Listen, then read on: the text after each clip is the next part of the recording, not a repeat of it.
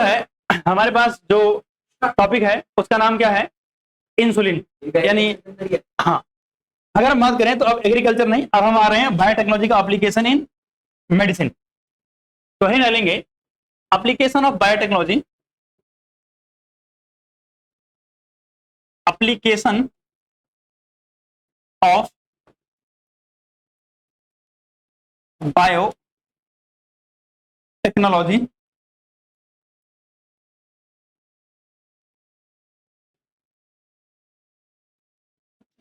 इन medicine.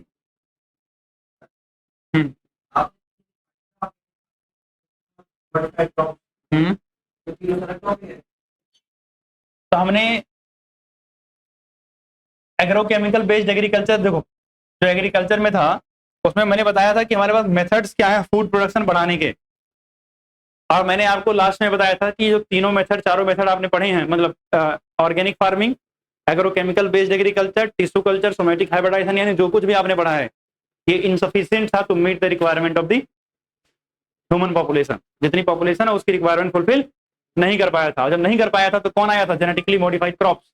और genetically modified crop के बारे में पहले मैंने बताया था क्या क्या हम करते हैं, उसके बाद फिर उसमें से दो क्रॉप हमने पढ़ी है, बीटी कॉटन एंड टोबैको। तो आपका ये एग्रीकल्चर क्या हो गया है, खत्म हो गया है। एग्रीकल्चर जब खत्म हो गया है तो हमारे पास क्या शुरू होता है, मेडिसिन के अंदर। और मेडिसिन के अंदर हमें जो एप्लीकेशन पढ़ना है उसमें पहला एप्लीकेशन है जेनेटिकली इंजीनियर्ड इंसुलिन, या सिर्फ इंसुलिन भी बोल सकते हो, कोई दिक्कत नहीं। हमारा जो पहला टॉपिक है यहाँ का वो क्या है, जेनेटिकली इंजीनियर्ड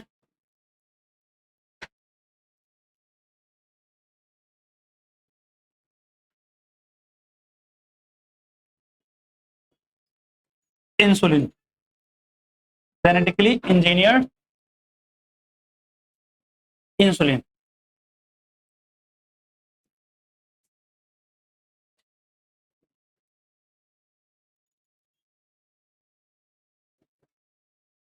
आप सुनना बात ध्यान से। सबसे पहले बात करते हैं इंसुलिन क्या है, कहां से बनता है, और इंसुलिन की कमी से क्या होता है। तो अगर हम सबसे पहले बात करें तो इंसुलिन क्या है, एक हार्मोन है। इंसुलिन क्या है, एक हार्मोन है।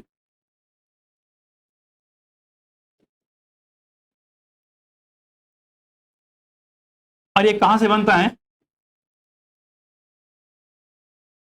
प्रोड्यूस्ड बाय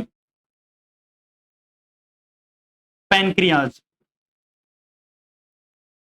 कहां से बनता है, पैनक्रियाज से। पैनक्रियाज के अंदर हमारे पास एक हिस्सा होता है जिसे बोलते हैं आइसलेट ऑफ लैंगरहैंस। उसमें अल्फा, मतलब पैनक्रियाज की स्ट्रक्चर अगर आपको वैसे तो याद नहीं होगी क्योंकि आप बड़े बढ़िया लोग हो। क्लास 11th में हार्मोन वाला जो टॉपिक था, लास्ट वाला चैप्टर, चैप्टर नंबर 22, अब शायद 19 हो गए हैं डिलीट होने के बाद। तो उस चैप्टर के अंदर था कि पैनक्रियाज के स्ट्रक्चर में हमको पढ़ना था। तो पैनक्रियाज में दो पोर्शन होते हैं, एक एंडोक्राइन पोर्शन और एक होता है एक्सोक्राइन पोर्शन। एक पोर्शन जो एंजाइम्स बनाता है और दूसरा पोर्शन जो हार्मोन बनाता है। जो हार्मोन बनाने वाला पोर्शन है उसको हम आइसलेट ऑफ लैंगरहैंस बोलते थे।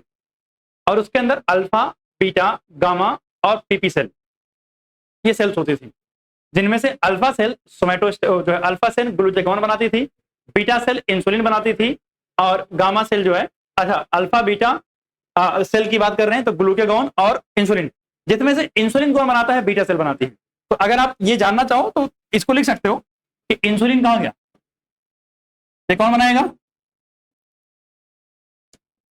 Produced by beta cell. कौन सी सेल, बीटा सेल।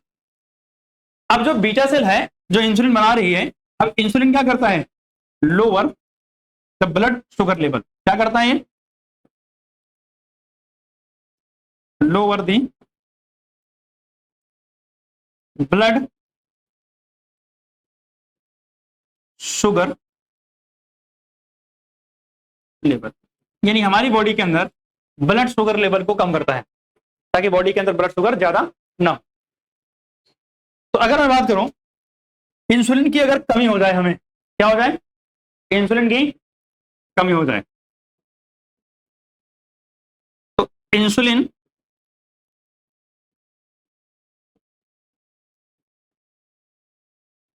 डेफिशिएंसी अगर हो जाए तो इस केस में क्या होगी, बीमारी होगी। क्या होगी, एक बीमारी होगी, और उस बीमारी का नाम क्या है, डायबिटीज। क्या नाम है, डायबिटीज।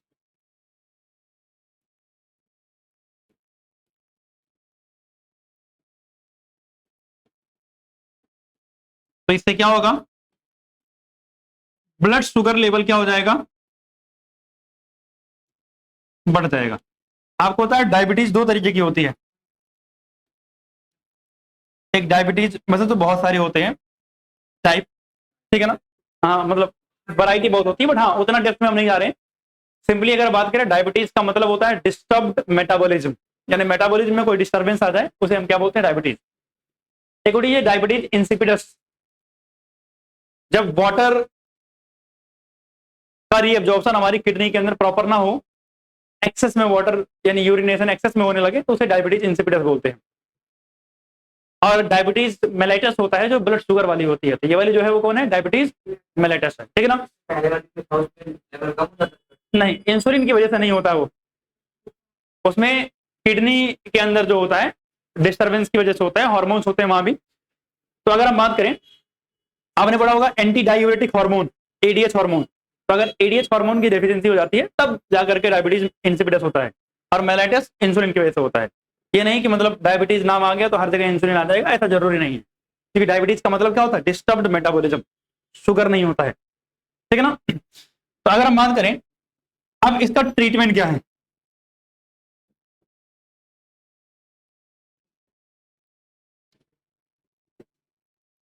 भैया ट्रीटमेंट है सिंथेटिक इंसुलिन लेना। कौन सा इंसुलिन लेना,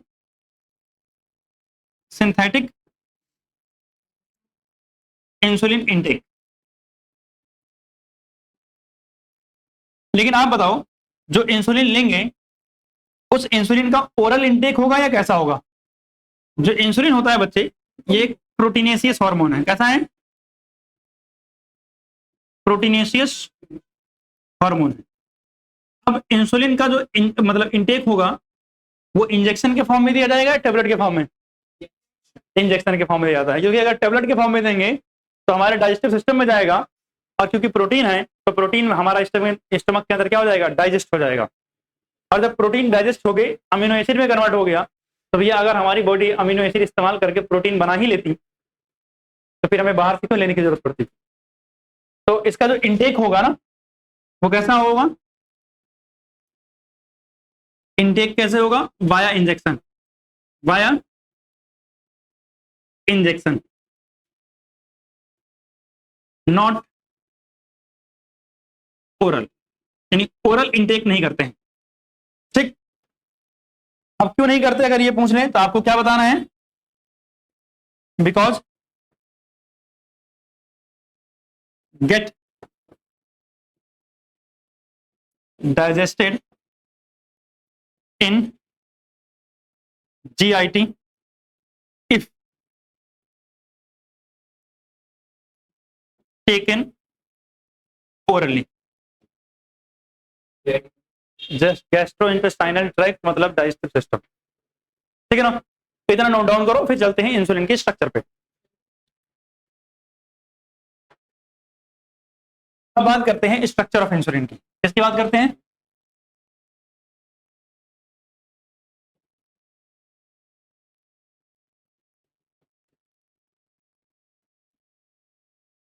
स्ट्रक्चर ऑफ इंसुलिन। पहले तो याद रखना है कि इंसुलिन जब हार्मोन बनता है हमारी बॉडी के अंदर तो इनएक्टिव फॉर्म में बनता है। इंसुलिन कैसे बनता है, इंसुलिन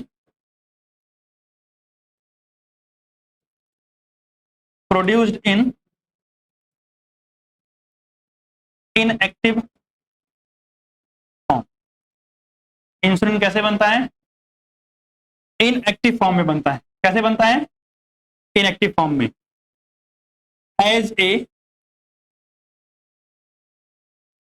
प्रो हार्मोन। कैसे बनता है, प्रो, प्रो मतलब क्या होता है, इनएक्टिव। प्रो वर्ड लगा होता है ना कहीं, तो क्या होता है, इनएक्टिव होता है। तो मतलब इंसुलिन बनेगा कैसे, इनएक्टिव फॉर्म में बनेगा। जब इंसुलिन इनएक्टिव फॉर्म में बनता है तो होता क्या देखना जानते हैं।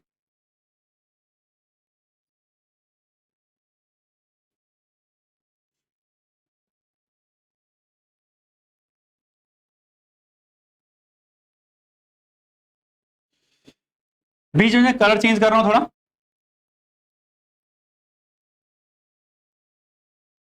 रेड की जगह व्हाइट करता हूं, दिखेगा कुछ।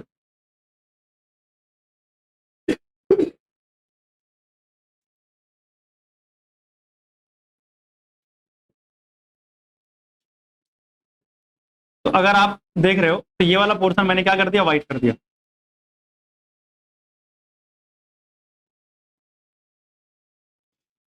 एक्चुअली में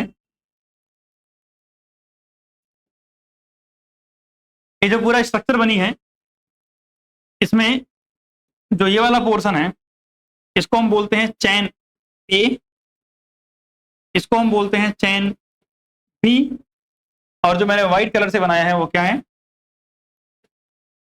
चैन सी है। तो मतलब इनएक्टिव इंसुलिन के अंदर 3 प्रोटीन की चैन होती है। कितनी प्रोटीन की चैन होती है, 3। याद देखना कितनी चैन होती है, 3 प्रोटीन की चैन होती है। अगर हम बात करें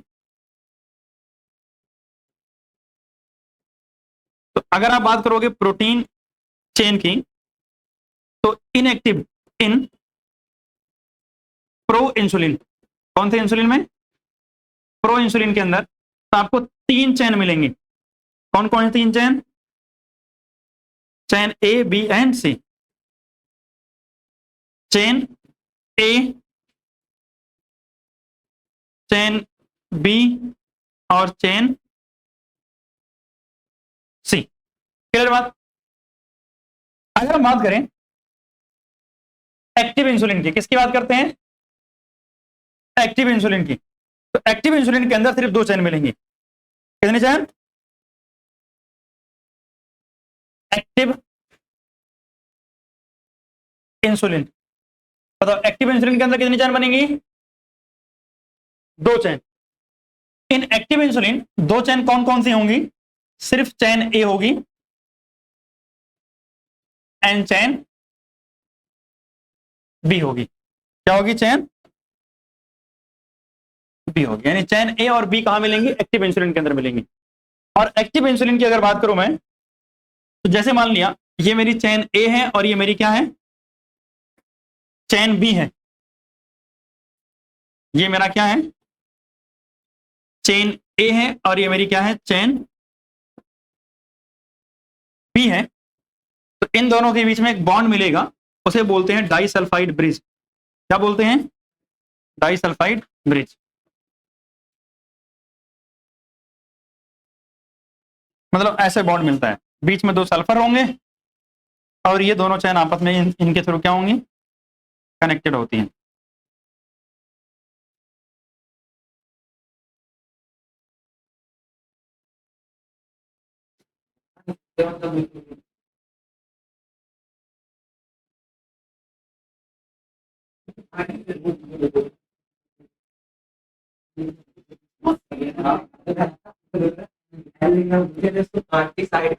ठीक है, तो ये डाई सल्फाइड ब्रिज मिलेगी इनके बीच। कौन सी ब्रिज मिलेगी, डाई सल्फाइड ब्रिज, या आप बोलो लिंकेज, डाई सल्फाइड लिंकेज आपको देखने को मिलेगा। तो आपको ये समझ में आया सर एक्टिव इंसुलिन क्या होता है और इनएक्टिव इंसुलिन क्या होता है। अब मेरी बात सुनो ध्यान से, पहले के टाइम पर जब डायबिटीज किसी को होती थी तो इंसुलिन जब देना पड़ता था तो हमारा सोर्स ऑफ इंसुलिन क्या हुआ करता था, स्लॉटर्ड कैटल या पिग, पिग का इस्तेमाल करते थे या स्लॉटर्ड कैटल। स्लॉटर्ड कैटल तो जिनका इस्तेमाल खाने पीने के लिए किया जाता है ना, मीट मछली, मछली नहीं मतलब मीट ही खाने के लिए, उन एनिमल्स को क्या बोलते हैं, स्लॉटर्ड कैटल बोलते हैं। तो वो एनिमल्स और पिग से इंसुलिन निकाला जाता था और उसको दिया जाता था, बट इसका नुकसान था, साइड इफेक्ट, एलर्जी और बहुत सारी जो है रिएक्शंस और बहुत सारी बीमारियां हो जाती थी। तो इसलिए 1983 के अंदर एक कंपनी ने इसका अल्टरनेट ऑप्शन एक दिया था, तो उसकी बात करेंगे। इधर नोट डाउन कर लिया तो आगे चलें, करो नोट। सुना ध्यान से, अगर हम बात करें तो सोर्स ऑफ इंसुलिन हमारे पास पहले क्या था। तो अगर हम पहले की बात करें तो भैया पहले के टाइम पे हमारे पास सोर्स ऑफ इंसुलिन क्या थे, एक था स्लॉटर्ड कैटल, स्लॉटर्ड कैटल यानी इनके पैनक्रियाज से निकालते थे इंसुलिन, और जो दूसरा सोर्स हमारे पास था वो था पिग। क्या था? पिग। अब इन दोनों के थे साइड इफेक्ट, इन दोनों के क्या थे? साइड इफेक्ट थे।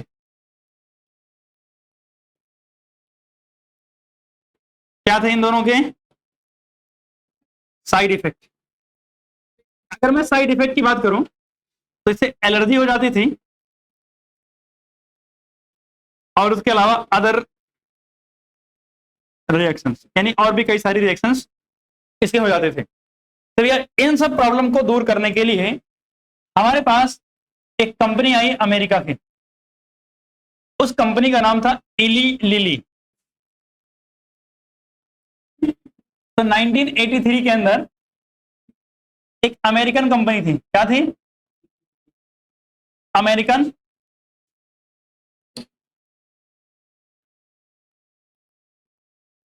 कंपनी थी, ठीक। मैं तो यहां टाइम पास कर रहा हूं और फिर बाद में बोलोगे सर एनसीईआरटी पढ़ के समझ नहीं आ रहा है, क्योंकि जब समझाया जा रहा है तो समझ नहीं रहे हो, दिमाग कहीं ना कहीं चल रहा है। समझ रहे हो? यही काम जीवन में करना है, कुछ करवा नहीं रहे हैं पेरेंट्स, यही काम करने के लिए पढ़ाई वो भी सही से नहीं कर पा रहे हो।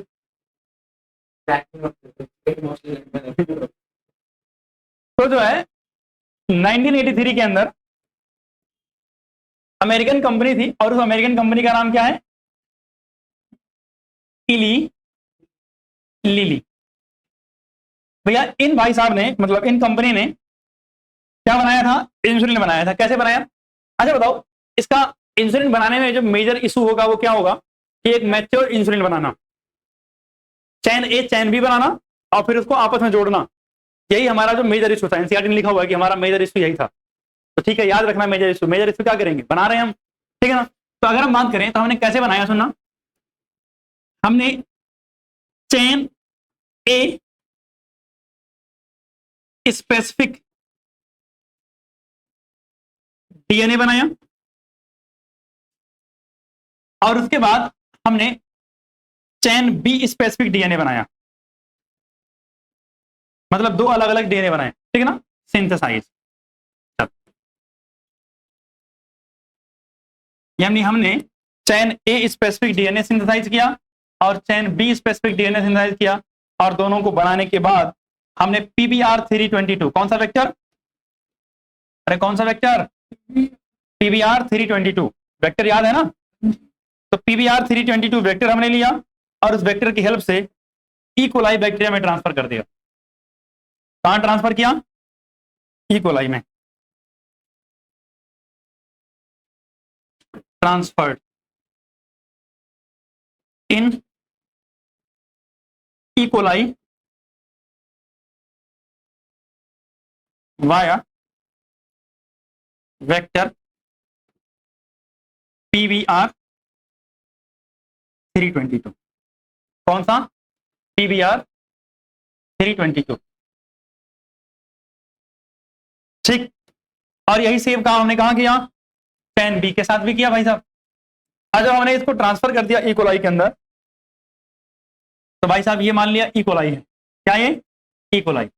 यहां पर इसके पास क्या है? प्लाज्मिड है जो चैन ए बना सकता है, और यहां हमारे पास क्या है? ई कोलाई जो क्या बना सकता है? चैन बी।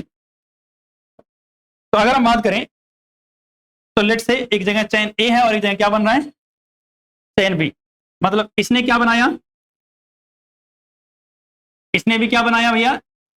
एक चैन बनाया, और ये चैन ए है और ये चैन बी है। तो मतलब हमने क्या किया, यहां से मुझे मिला चैन ए और यहां से मुझे मिला चैन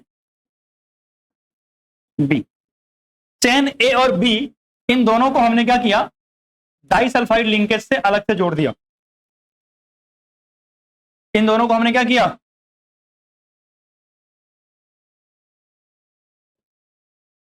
फॉर्म डाइसल्फाइड लिंकेज। इन दोनों में हमने क्या किया, डाइसल्फाइड लिंकेज बना दिया, डाइसल्फाइड लिंकेज। और जब डाइसल्फाइड लिंकेज बनाया तो इससे हमें क्या मिल गया, मैच्योर इंसुलिन मिल गया। क्या मिल गया, मैच्योर इंसुलिन। और जो मैच्योर इंसुलिन था, इसको हमने मार्केट में बेच के और पैसे कमा लिए, बस मस्त। समझ रहे हो? तो इस तरीके से हमने एक मैच्योर इंसुलिन की प्रोडक्शन की। और ये काम किसने किया, इली लिली कंपनी ने किया। तो आप यही बोल सकते हो इन्होंने क्या किया था, produced insulin on large scale, produced insulin on large scale, यानी लार्ज स्केल पर इंसुलिन बनाया था इन्होंने। ठीक है ना, इसको नोट डाउन करो, आगे चलते हैं।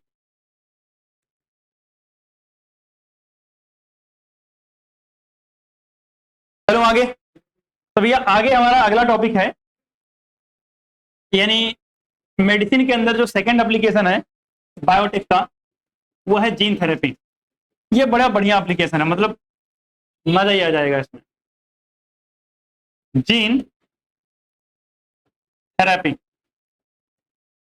थेरेपी का मतलब क्या होता है कि कुछ करेक्ट करना, ट्रीटमेंट होता है थेरेपी का। बेसिकली मतलब क्या होता है, ट्रीटमेंट। तो अगर हम बात करें जीन थेरेपी, तो जीन थेरेपी में क्या होंगे, बहुत सारे मेथड्स होंगे। यानी ये क्या है, कलेक्शन ऑफ मेथड है, collection of method that involves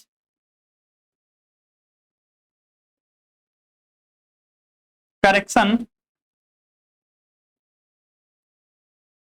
of gene defect, gene defect। यानी ये बहुत सारे मेथड्स ऐसे होंगे जीन थेरेपी के अंदर, जिससे हम जीन के अंदर होने वाले डिफेक्ट को क्या करेंगे, ठीक करेंगे। क्या करेंगे, जीन के अंदर होने वाले डिफेक्ट को ठीक करेंगे। क्लियर बात? अब जीन के अंदर होने वाले डिफेक्ट को कैसे ठीक किया जाएगा, उससे पहले हमें यह समझना है कि भैया डिफेक्ट कैसे होते हैं और क्या होते हैं। अगर हम बात करें तो इसके लिए हमें एक केस स्टडी पढ़नी है। अगर हम बात करें तो ऑब्वियसली जीन थेरेपी के अंदर एक केस स्टडी हम पढ़ेंगे कि उस बीमारी का ट्रीटमेंट हमने कैसे किया है। तो ऑब्वियसली ये केस स्टडी में आने के चांसेस जिसके क्या होते हैं, ज्यादा होते हैं। अगर इस टॉपिक से आता है कोई केस स्टडी, तो मोस्ट प्रोबेबली केस स्टडी कहां से आती है, जीन थेरेपी से आती है। तो जीन थेरेपी अगर हम बात करें तो हम एक बीमारी की बात कर रहे हैं जिसका नाम है एडीए डेफिशिएंसी, एडीए डेफिशिएंसी। अगर हम बात करें एडीए डेफिशिएंसी, तो इसका एक दूसरा पूरा नाम है स्किड। क्या नाम है, स्किड। बीमारी है एक एडीए डेफिशिएंसी, और इसको प्यार से हम क्या बोलते हैं, स्किड बोलते हैं। स्किड का मतलब होता है सीवियर कंबाइंड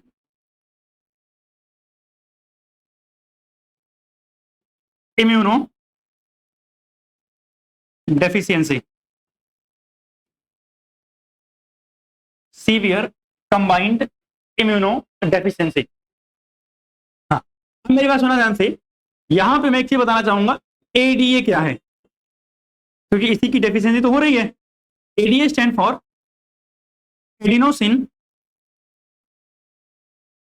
डीएमिनेज, डीएमिनेज। वह ऑब्वियसली नाम में एज आ रहा है, मतलब ये क्या है, एक एंजाइम है। क्या है, एक एंजाइम। ये क्या है, एक एंजाइम। आपको पता है ये एंजाइम क्या होता है, crucial for development of immune system.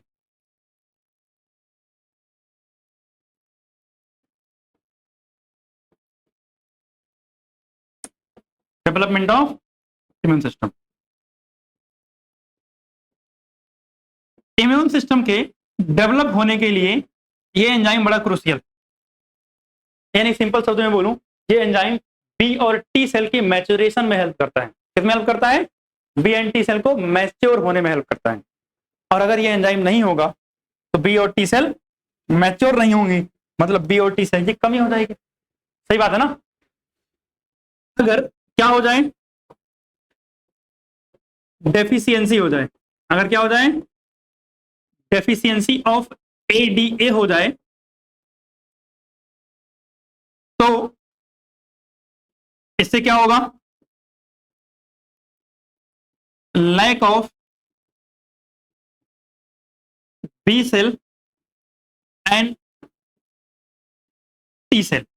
और जब भैया lack of B cell and T cell होगा तो क्या हो जाएगा? इम्यून डेफिशिएंसी हो जाएगी।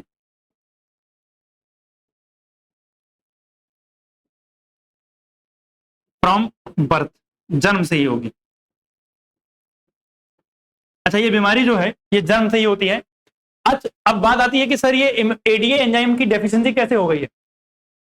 एडीए एंजाइम के अंदर डेफिशिएंसी कैसे हो गई है? तो due to defect in the gene. किसकी वजह से हुई है? Due to defect in gene producing ADA. Gene producing ADA, यानी एडीए बनाने वाला जो जीन है उसमें डिफेक्ट हो गया है, और उसमें डिफेक्ट हो गया तो एडीए बन ही नहीं रहा है, और एडीए नहीं बन रहा है तो बीमारी हो गई, मतलब इसके पास इम्यूनिटी नहीं होगी। जनरली अगर आप देखोगे तो जिनको ये एडीए डेफिशिएंसी होती है, ऐसे बच्चों को पॉलीथीन बैग के अंदर, अगर मतलब जन्म होते के साथ अगर बचे हैं तो कई बार उनको पॉलीथीन बैग में रखा जाता है, मतलब एक पूरा पॉलीथीन का बना हुआ कंपार्टमेंट टाइप का होगा। अरे वो थोड़ी कि बैग में झोले में टांग के ले जा रहे हैं, हमारा कंपार्टमेंट टाइप का होता है, उसमें रखा जाएगा ताकि बाहर का एक्सपोजर जो है ना हो, क्योंकि इम्यून सिस्टम ही नहीं है उनके पास। हाँ, वैसे जिंदा नहीं रहते हैं क्योंकि जन्म के साथ ही ऑलमोस्ट कभी कभी तुरंत ही मर जाते हैं, कई बार एक आध 2 दिन 4 दिन हफ्ता भर, मतलब ठीक है इतनी ही लाइफ होती है कि खत्म हो जाते हैं।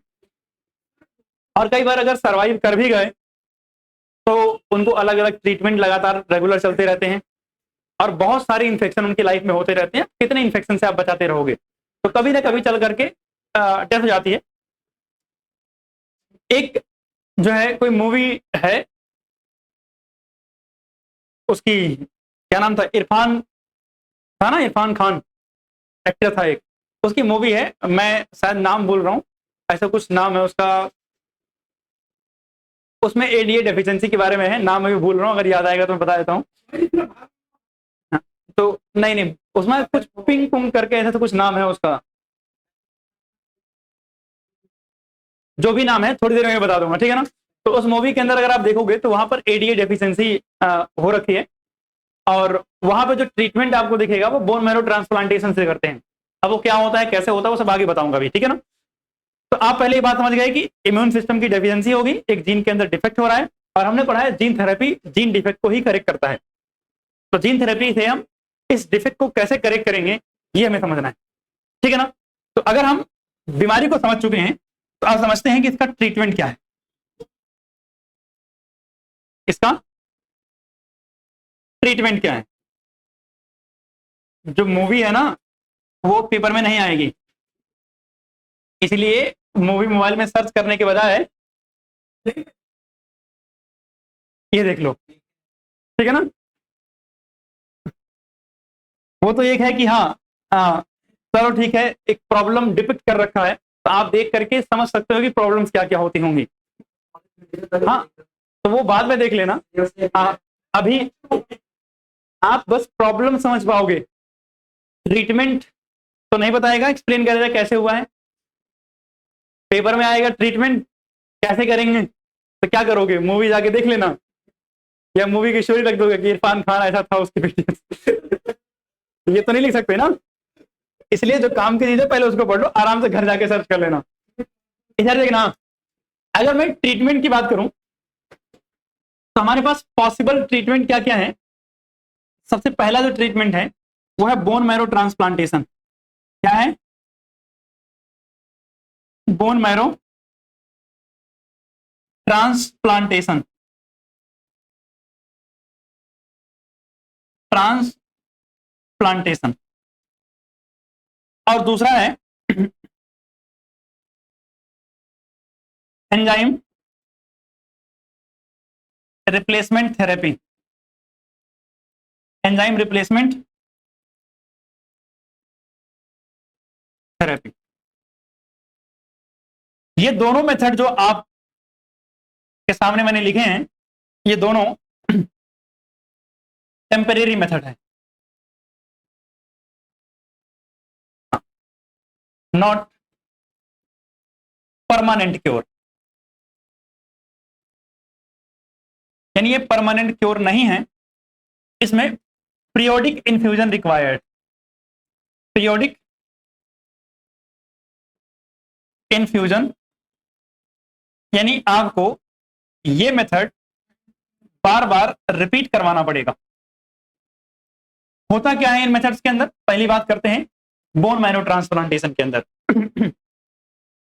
कोई रिलेटिव सर्च करेंगे, क्लोज रिलेटिव, भाई बहन मदर फादर। ऑब्वियसली जब भी कोई ट्रांसप्लांट करना होता है तो सबसे पहले तो मदर फादर एंड भाई। ज्यादा बेहतर डोनर जो होते हैं जनरली भाई या बहन है वो होते हैं क्योंकि उनके जेनेटिक्स सेम होने के बहुत ज्यादा चांसेस होते हैं। मदर और फादर से ज्यादा मैचिंग उतना ज्यादा चांसेस नहीं होते हैं। तो मतलब भाई या बहन कहीं से डोनर ढूंढते हैं।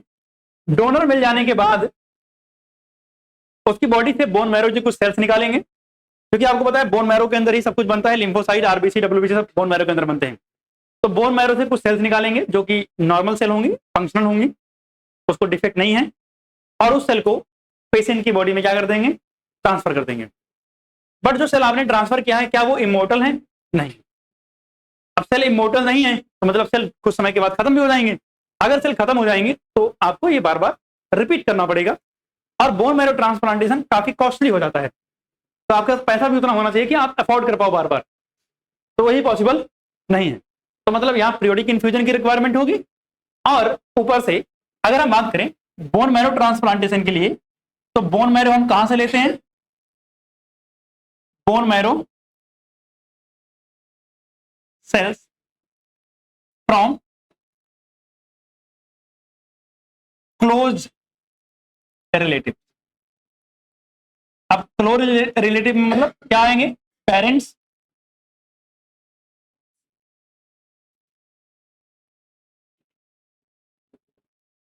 ब्रदर या सिस्टर। तो बस दिक्कत है और क्या। फिर फिर ढूंढो नॉर्मल दुनिया में कोई मिल जाए। अगर हम बात करें, एक तो तरीका ये था, दूसरा तरीका है enzyme replacement therapy. Sir enzyme की कमी थी, कौन से एंजाइम? एडी एंजाइम की।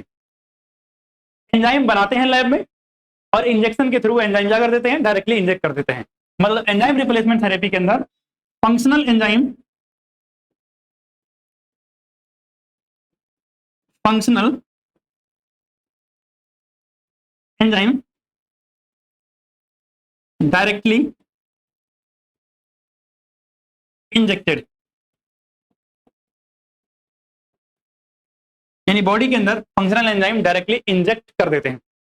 इतनी बात समझे कि भैया हमारे पास ट्रीटमेंट में दो ऑप्शन ये थे। अब ये दोनों ऑप्शन परमानेंट नहीं है।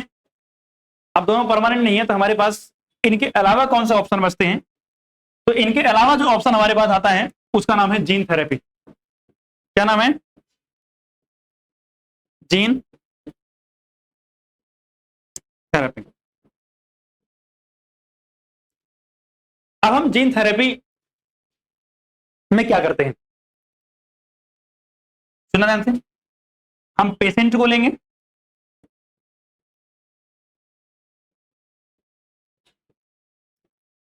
पेशेंट पेशेंट की बॉडी में से क्या करेंगे,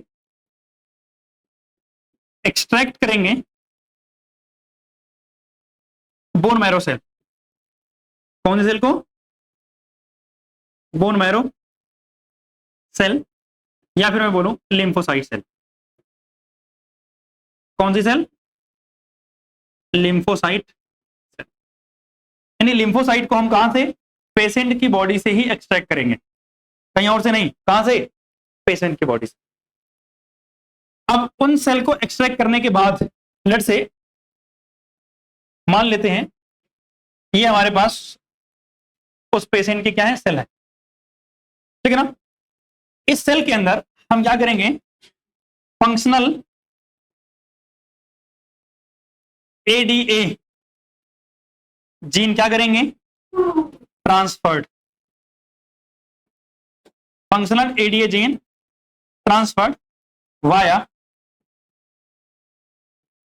रेट्रोवायरस। रेट्रोवायरस वेक्टर होगा, या फिर हम एडिनोवायरस का इस्तेमाल करते हैं। किसका इस्तेमाल करते हैं? एडिनोवायरस। अच्छा, जब फंक्शनल एडीए लिखा हूं तो ब्रैकेट में लिख रहा हूं सीडीएनए। सीडीएनए क्यों? क्योंकि हम आरएनए से डीएनए जब बनाते हैं ना, तब उसे हम क्या बोलते हैं? कॉम्प्लीमेंट्री डीएनए बोलते हैं। क्या बोलते हैं? कॉम्प्लीमेंट्री डीएनए बोलते हैं। इधर तो मतलब हम क्या करेंगे? इसके अंदर एडीए जो जीन होगा वो इंट्रोड्यूस करेंगे। तो यहां पर फंक्शनल एडीए जीन आ गया, और हमने ये कैसे किया है? एडिनोवायरस या रेट्रोवायरस का इस्तेमाल करके ट्रांसफर किया है। अब हमारे पास जो ये लिम्फोसाइट हैं वो क्या हो जाएंगे? फंक्शनल हो जाएंगे। मतलब इनके पास तो जीन आ गया ना, जीन में डिफेक्ट हुआ था, हमने सही जीन ट्रांसफर कर दिया है। तो अब इस लिम्फोसाइट को वापस पेशेंट की बॉडी के अंदर ट्रांसफर कर देंगे। नाउ लिम्फोसाइट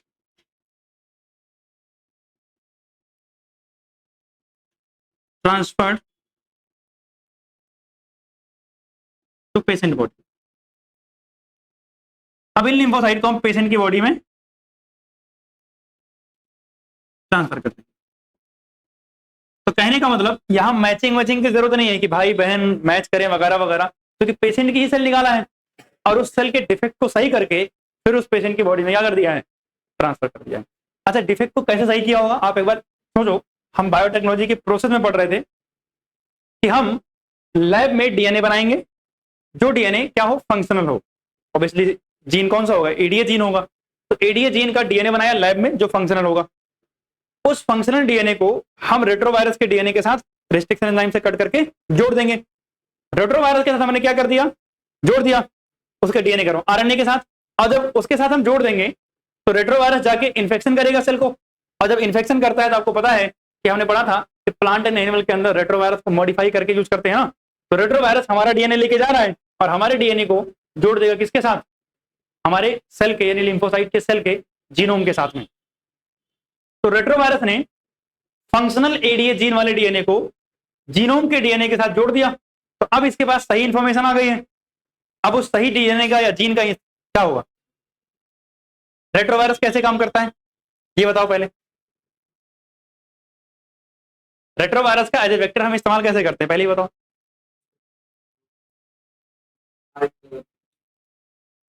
हाँ, तो पढ़ा करो थोड़ा सा। अब सुनो ध्यान से, मैं क्या कह रहा हूं कि रेट्रोवायरस किसी भी एनिमल के ऊपर अफेक्ट करता है, और उसके पास एक डीएनए होता है जिससे वो कैंसर कॉज करता है, और वो डीएनए कट करके, वैसे आरएनए होता है, आरएनए से डीएनए वो बनाता है। रेट्रोवायरस का जेनेटिक मटेरियल क्या है? आरएनए है। आरएनए से क्या बनेगा? डीएनए।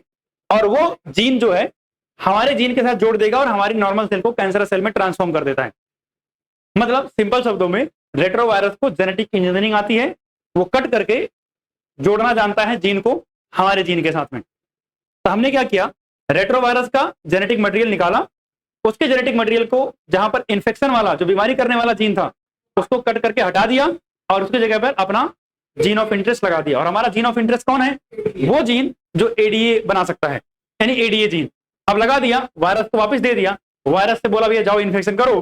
वायरस गया, इन्फेक्शन किया, और हमारी लिम्फोसाइट सेल के अंदर उसने क्या जोड़ दिया? वो एडीए जीन जोड़ दिया। क्या समझ के? उसको लग रहा था कि मैं अपना जोड़ रहा हूं, बट उसने हमारा एडीए जीन इसके साथ जोड़ दिया। जब जोड़ दिया तो हमारा जो लिम्फोसाइट सेल थी अब वो क्या हो गई? फंक्शनल हो गई। अब फंक्शनल उसके पास जीन है, तो अब हमने इस लिम्फोसाइट को वापस से पेशेंट की बॉडी में डाल दिया, तो इसके पास क्या है, एक फंक्शनल एडीए जीन है, तो एडीए एंजाइम बनाएगा, एडीए एंजाइम बनाएगा, सब कुछ नॉर्मल हो जाएगा। लेकिन सुनना, जो आपने सेल ट्रांसफर किया है वो सेल क्या है, इमोर्टल है क्या, नहीं ना। Lymphocyte lymphocyte are not immortal, real lymphocyte immortal नहीं है, हेंस नॉट परमानेंट क्योर, इसलिए ये भी परमानेंट क्योर नहीं है। हाँ क्या हुआ, लिम्फोसाइट में बोन मैरो सेल होती है ना, तो वो बनाती है BO3 सेल। हाँ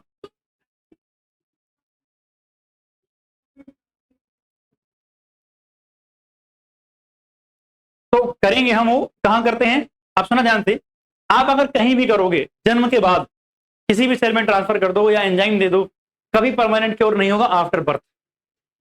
क्यों नहीं होगा, क्योंकि भैया हर एक सेल की एक लाइफ स्पैन होता है, और लाइफ स्पैन के बाद वो सेल खत्म हो जाएगी, और जब खत्म हो जाएगी तो परमानेंट क्योर तो हो ही नहीं सकता।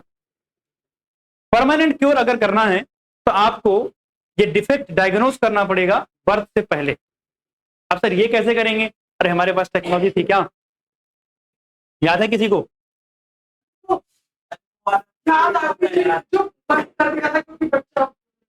हाँ किसी को याद है technology,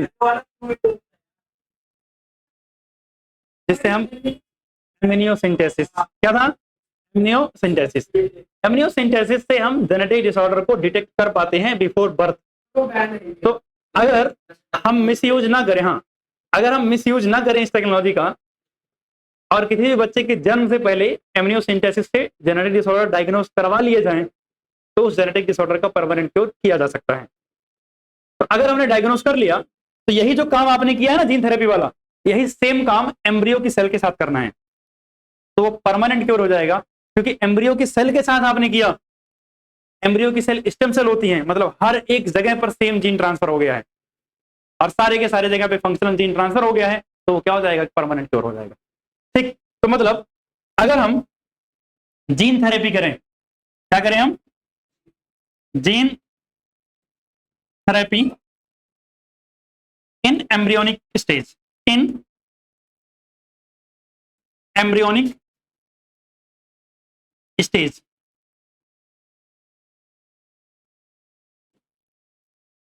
will be permanent cure, will be permanent cure, क्या हो जाएगा, परमानेंट क्योर हो जाएगा, अगर आपने ये काम कब किया है, एम्ब्रियोनिक स्टेज में किया है। अच्छा, इसका फर्स्ट क्लिनिकल एप्लीकेशन कब किया था हमने, यानी पहली बार कब किया था, first clinical use of gene therapy हमने कब किया था,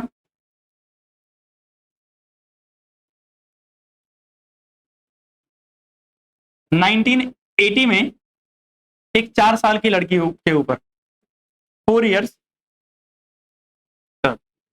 एक 4 साल की लड़की के ऊपर पहली बार इसको क्लिनिकली एक्सपेरिमेंट किया गया था जीन थेरेपी का।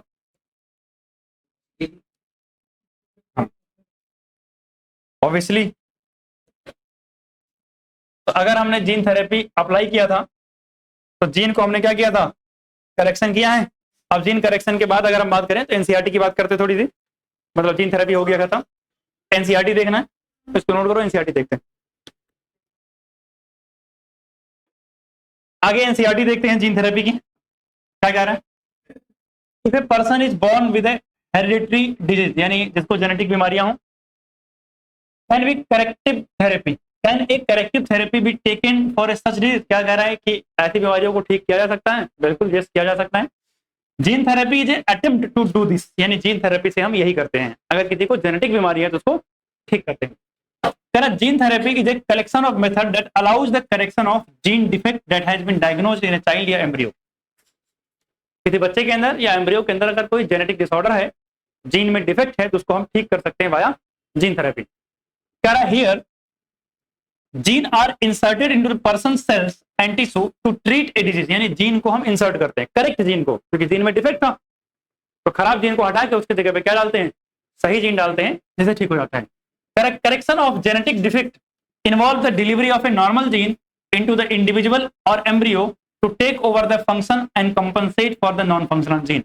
मतलब नॉन फंक्शनल जीन को हटा के फंक्शनल लगाते हैं, ताकि नॉन फंक्शनल की जगह पर जब फंक्शनल आ जाएगा तो वो क्या करेगा, नॉर्मल काम सारे के सारे करने लगेगा। First clinical therapy was given in 1990, year change कर लेना थोड़ा सा यहाँ, 1989 1990, कौन से ईयर में हुआ था, 1990 में, to a 4-year-old girl with adenosine deaminase deficiency. उसको क्या बीमारी थी, एडीए डेफिशिएंसी थी। This enzyme is a crucial for immune system to function, यानी इम्यून सिस्टम के फंक्शनिंग के लिए क्रूशियल होता है। The disorder is caused due to the deletion of a gene for adenosine deaminase। Adenosine deaminase का जो gene होता है वो डिलीट हो जाता है, इसकी वजह से ये बीमारी होती है। In some children ADA deficiency can be cured by bone marrow transplantation, in other it can be treated by enzyme replacement therapy. ठीक है, in which the functional ADA gene is given to the patient by injection, यानी enzyme replacement therapy में हम functional ADA gene injection के through देते हैं। Clear बात।